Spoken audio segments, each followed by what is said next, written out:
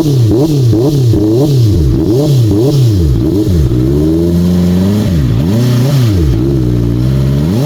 up everybody, Meshak again, and today I have something beautiful that I want to show you, and it is this thing. Can you see what I have here? This is the Voge Rr660S. You see this guy? See this? I want us to talk about this bike and some few things that make me love what we have here. Come, let me show you something.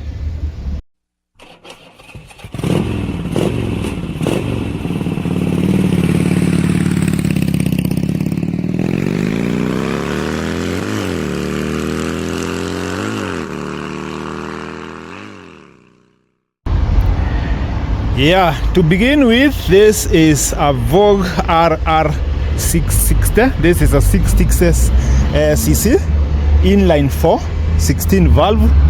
This is a properly designed and manufactured entry level or mid-range, you can call this mid-range superbike, because this is in a 600cc class. And as you can see, this is an inline 4. You can see the 4 exhausts over here. That's 1, 2, 3, 4. And it is a motorcycle that is built by a company called Loncin Motors, Loncin in China. And as you can see, that build look is like the BMW S1000RR. Yeah, technically what we have here is a small BMW S1000. And you know why? Because Loncin is the company that manufactures BMW engines and some other technical stuff. So what we have here is a motorcycle from a giant company that knows exactly what they are doing, as Voge Rr660S. And it comes with some very beautiful stuff like the winglets. These ones are going to help you stay grounded at high speed. Yeah, it's all about aerodynamics. And as you can see, the shape, the front, purely aerodynamics. And something else you need to note is that this motorcycle lands on Brembo brakes to the front. Brembo brakes. And it has ABS. Again, to the rear, it lands on Nissin brakes. You see this? Brembo to the front, and then we have Nissin to the rear. Nissin is mostly used by the Japanese companies. If you go to Honda, you go to Kawasaki Ninjas, they usually come with the Nissin brakes. This is a very good company, but Vogue thought about it and they actually decided, let's strap some Brembo brakes to the front. And you know why? It's because when you're riding this high speed stuff, you require front brakes more than the rear brake.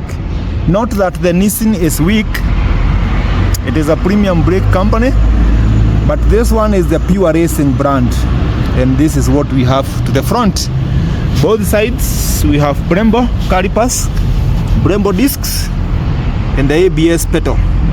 You see that? More than that, you can see here the kind of master cylinder we have to the front. And you see this? The kind of master cylinder we have to the front. Yeah, these fellows are not playing around. To make the bike even safer for you to ride, they have given you something called the launch control. Let me show you this. Can you see this? Where is it? Yeah, this one. This is a launch control button. When you engage this guy, it helps you launch the bike properly without the risk of whisk throttle. Yeah, even if you just do some whisk throttle, this bike is not going to give you a surprise wheelie. That's why they have actually put this guy here. It runs on a few modes. We have sport, we have normal, we have road mode, we have some ferro, we have some few things here. This bike also comes with the traction control, So you can see we have traction control over here, and then some buttons to change one or two things at the dashboard over there. Then we have the hazards. Yeah, we have the hazards over here. The normal buttons, the horn, the indicators, just basic stuff. But the high beam and the low beam is running over here. If you have ever had an experience with BMW motorcycles, you know what I'm talking about. This is how you engage high beam, low beam, high beam, low beam. If you want to do some pass right flashing, you flash that guy.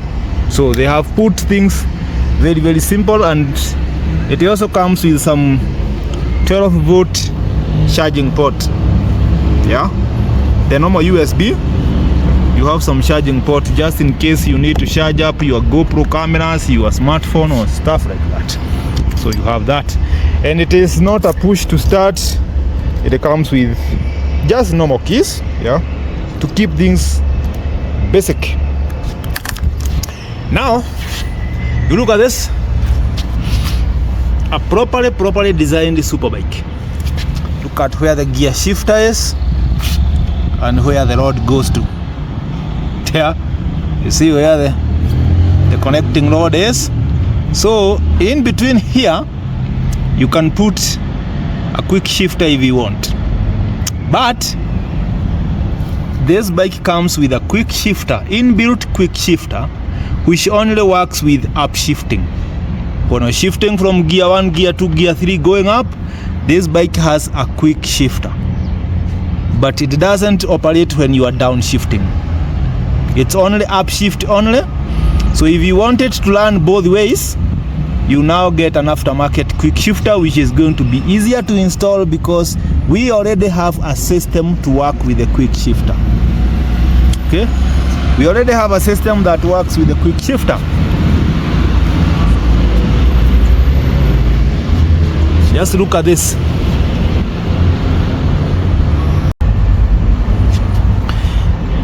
There is something else that I want you to see. This guy over here. And you see these two cables? These two cables are changing the exhaust sound. There is a gate somewhere here that is operated by these two fellows, and you can clearly tell they are changing the sound of the exhaust. In some RPMs, the bike sounds different. Past those RPMs, the bike sounds different. Let me show you what I mean. Yeah, we put the bike on. You can hear the fuel pump priming. That's very nice for EFI. And there we go. Let's hit. You can hear the sound that we have here, a very, very polite sound. But at some point, the bike changes the sound. Listen to this. Can you hear that one?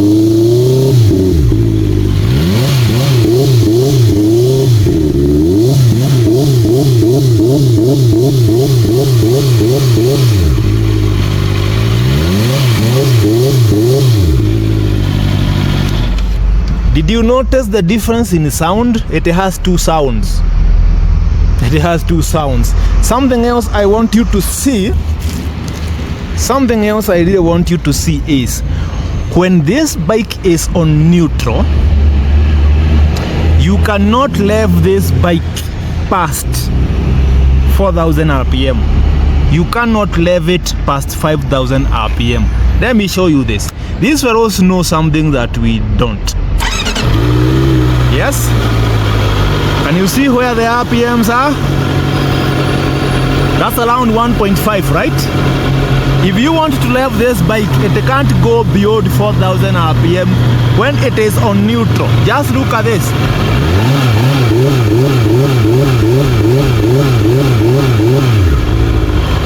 Can you see this?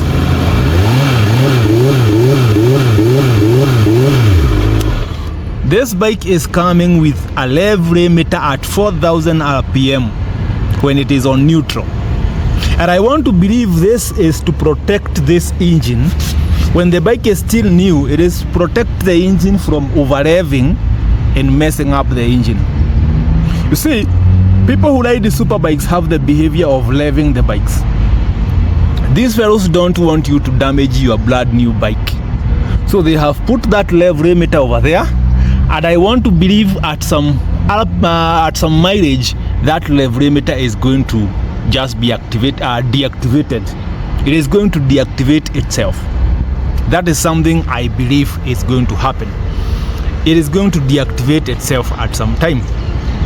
Maybe after 1,000 or 2,000 kilometers, I don't know. But I want to believe the rev limiter at 4,000 will deactivate itself at some point. They just want you to spend some good time with the motorcycle. You do the engine braking properly, and then you can continue revving the bike if you want. Okay? So that one is just a safety measure for the engine. They don't want you to damage the engine. But when you engage the gear, the bike goes all the way to red line. When you engage the gear, when you're riding, this bike can ride all the way to red line. All the way to red line. But when it is on neutral, this bike cannot rev past 4,000. These fellows know exactly what they are doing. Something else, just look at the quality of the indicators. My friend, look at the indicators. Yeah? Look at the indicators. Let's just have this. Look at this. Look at the quality of the indicators. This is something I love.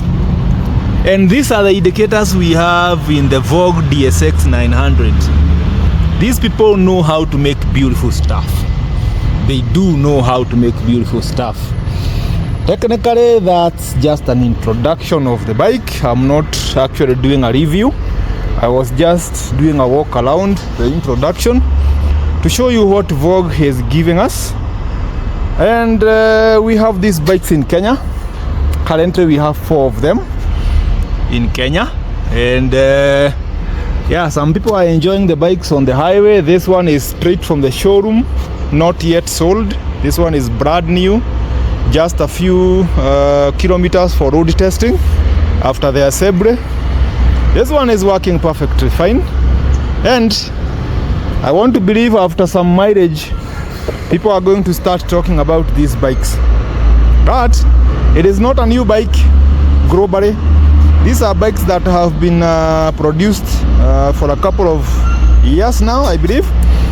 And if you want to see reviews and some more information about the bikes, you can just hop on YouTube and just search the Voge Rr660.